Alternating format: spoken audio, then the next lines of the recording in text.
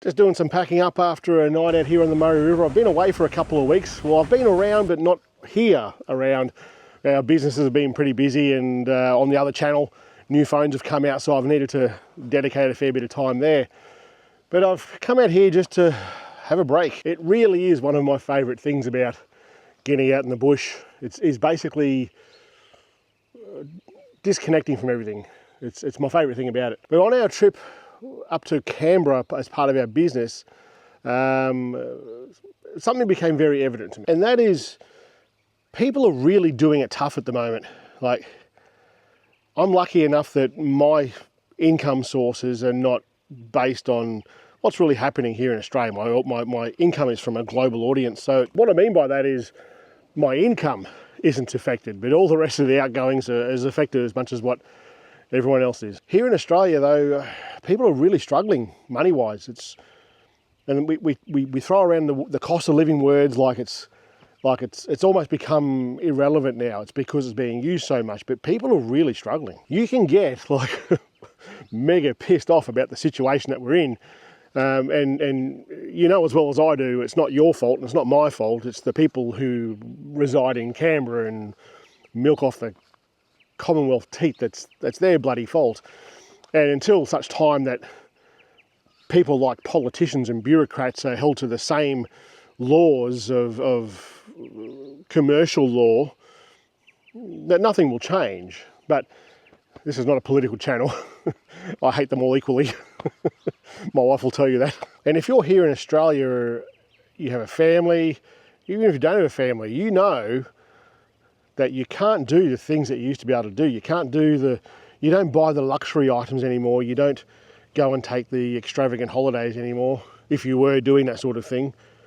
Everything's at scale to everyone individually. Like, if the things that you thought of as luxury or thought of as non-essential sort of stuff, you're probably not doing those now. But out here, we're all the same. We're all walking on the same dirt. We're all looking at the same fire. We're all the same. And we can all enjoy this reasonably inexpensively. Is that even the right word? Is that a word? You know what I mean. Now, I've got a few toys, but I do this for a living. I'm away for usually, on average, through the year, I'm going to say at least 2 to 3 nights every week across the year on average. So I like to be comfortable. If I wasn't doing this for a living, I probably wouldn't even have a camper trailer, to be honest. But this is something that we can all do, and it doesn't have to cost a lot of money. There are so many places around Australia that you don't need a 4-wheel drive to get to. You might have campers around you, and this sort of vehicle will help you get away from people to get that isolation, which I like about camping. But you don't have to. You can go camping in your family sedan. It doesn't have to be a setup like this. You can still get out there and enjoy a good time, and it won't cost you the earth, especially after an initial sort of setup. It costs you virtually nothing. Realistically, just to start out there, and you've got the essentials and then you have the comforts. But the essentials are things like shelter, so a tent, a swag, something that you're going to be able to have shelter in. You're going to need something to sleep in, a sleeping bag or equivalent. You're going to need something to cook with and cook on, and some lighting. Really, that's it. You don't have to have anything past that. What I've got here and what many other people have here is essentially what I just told you, just in a more luxury sort of way. And no one starts with this. They build it over time.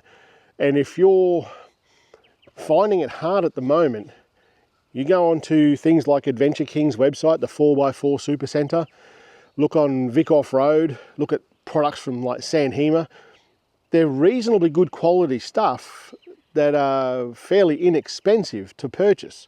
And you can set yourself up for a few $100, I would say, and get out there and enjoy this. When it comes to other things like what are you going to eat when you come out here, just eat what you eat at home. Don't go over the top with what you're going to purchase to bring out here. Just, you can even cook things at home and reheat them on a campfire. It's easy to do. You don't need to go to great expense to do what we're doing here. And trust me, it'll be a nice way for you to disconnect from all the crap, get out here, enjoy a nice weekend away or midweek trip away. Everything that you get to go out and do this, you don't have to buy new. Pretty much all of the cooking stuff that I have, a lot of the cutlery and things like that, I just bought from an op shop. It doesn't have to be brand new, specific for camping sort of things. Just avoid things like glass and things that are going to smash on the ground if you drop them. Things that are plastic, use that. Things that are metal, use that. You don't have to spend the earth to get out here and enjoy what we have here in Australia, and there's so much of this around. And for the most part, it's free to use. Just find somewhere that's reasonably close to home, go out there and test what you've got, then go for longer periods, and you might be inclined to buy something that makes it a little bit more comfortable, things like that. Don't go too cheap on everything, because you still want to be comfortable. If you're not comfortable, you just won't want to do it. So right now, while everyone's struggling to find the pennies to put together to go on a holiday, throw your kids in your car, drive for a couple of hours, and come out to this sort of place. This is like reconnect with what you used to do and what I used to do when we were kids. Get out here and enjoy the nothingness that is the bush. Get away from all the distractions that are really not that important in reality. They're just little things that are on a screen. Throw that shit away, leave it at home, come out here and get to know nature again. And while you're out here, a few things will happen. One, you're going to reconnect with your family. I'm a solo camper for the most part, so that's kind of ironic, isn't it? But if you've got children that are young children, mine are grown up and doing their own thing now. But if you've got your own children, bring them out here. And you're going to introduce them to different things that are out in the bush. You're going to learn new skill sets, like how many kids out there are collecting firewood? How many kids out there are learning right now that you've got to go and walk a few hundred meters around to pick up some firewood and bring back so you can actually stay warm at night or cook some dinner? Like they're learning skills there that they're not going to learn from an iPad. And for me, coming out here, it's much about my mental health than anything else.